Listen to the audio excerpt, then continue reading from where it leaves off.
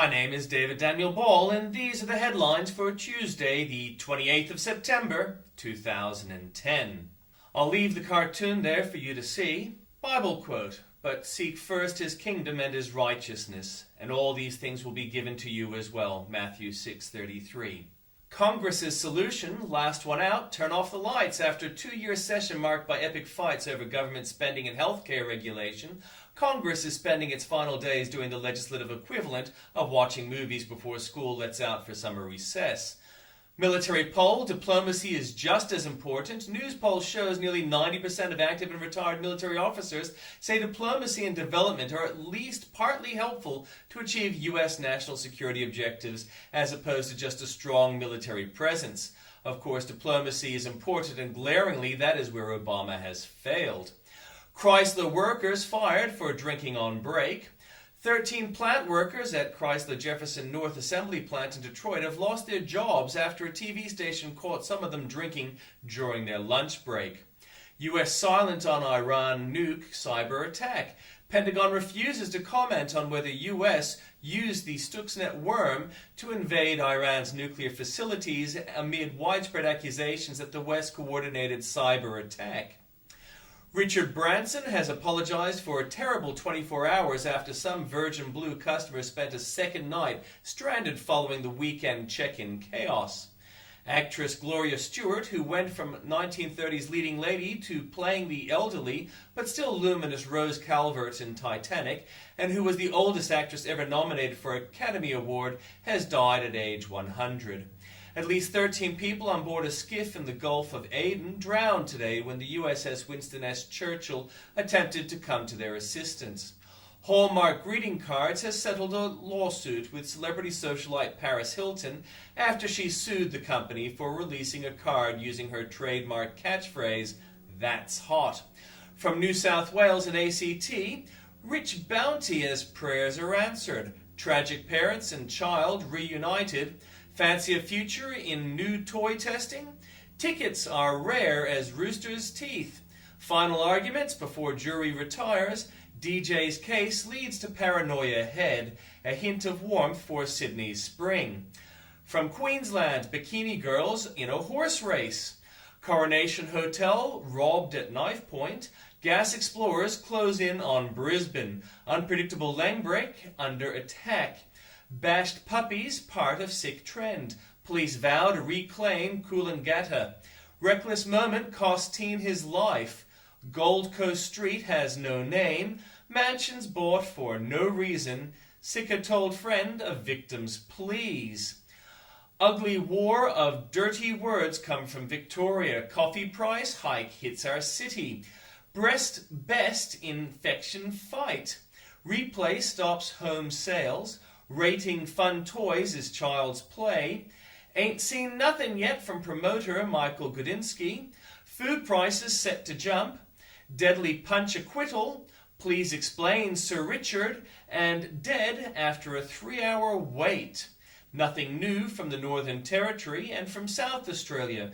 Mayors gain power by default. Sitting days challenge. No job cut letters released.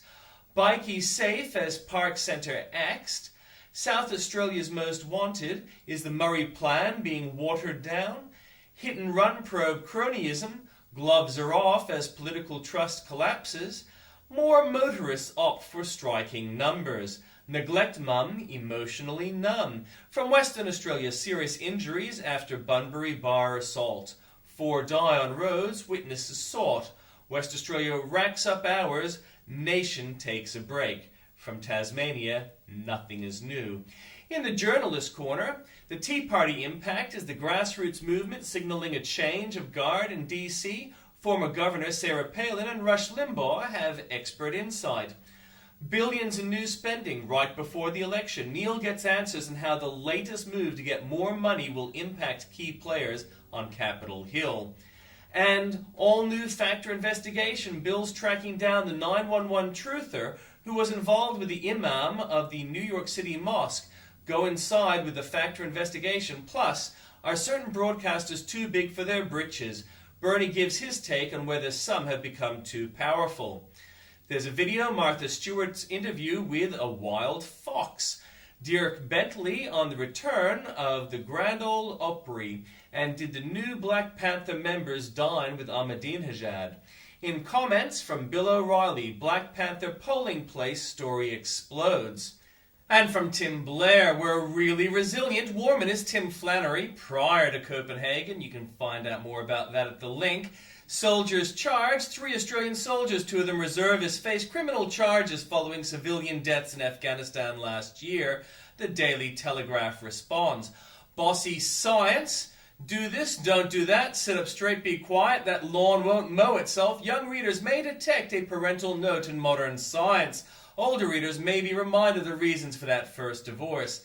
Bananas, books and beer, and also fish. A righteous bounty is delivered to roadside scavengers, and you'll read more about that at the link. Rules changed. A leftist collective demands total disclosure. It'd be good practice for major media organizations to be upfront about just who authors are.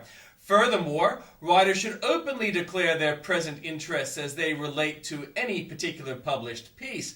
Of course they should. We can't have people writing disingenuous political attacks on their opponents without being required to clearly identify themselves.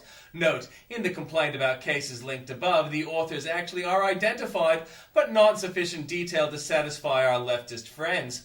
So you'd imagine that this crew would be pleased when an anonymous author, who occasionally writes for a major media organization, is unmasked.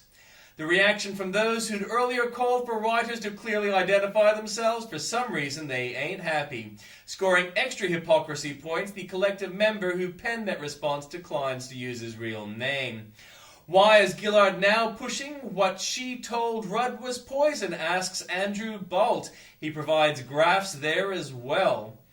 Wooing the Greens, Labour's $20 million game of let's pretend.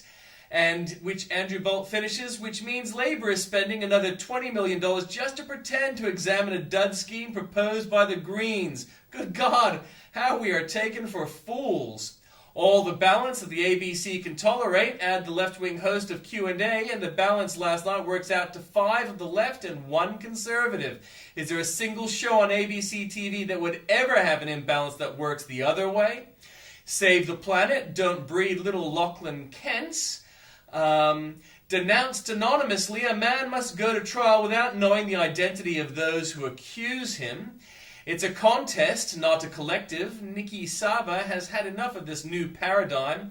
Parliament's first act should be to outlaw group hugs. Deaths are troubling, and so is the court-martial. The first instinct is to defend them and to deplore these charges. Yet there do indeed seem to be questions we need to resolve.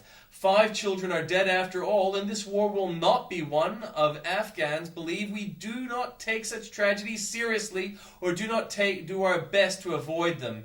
And here's some of what needs to be checked out.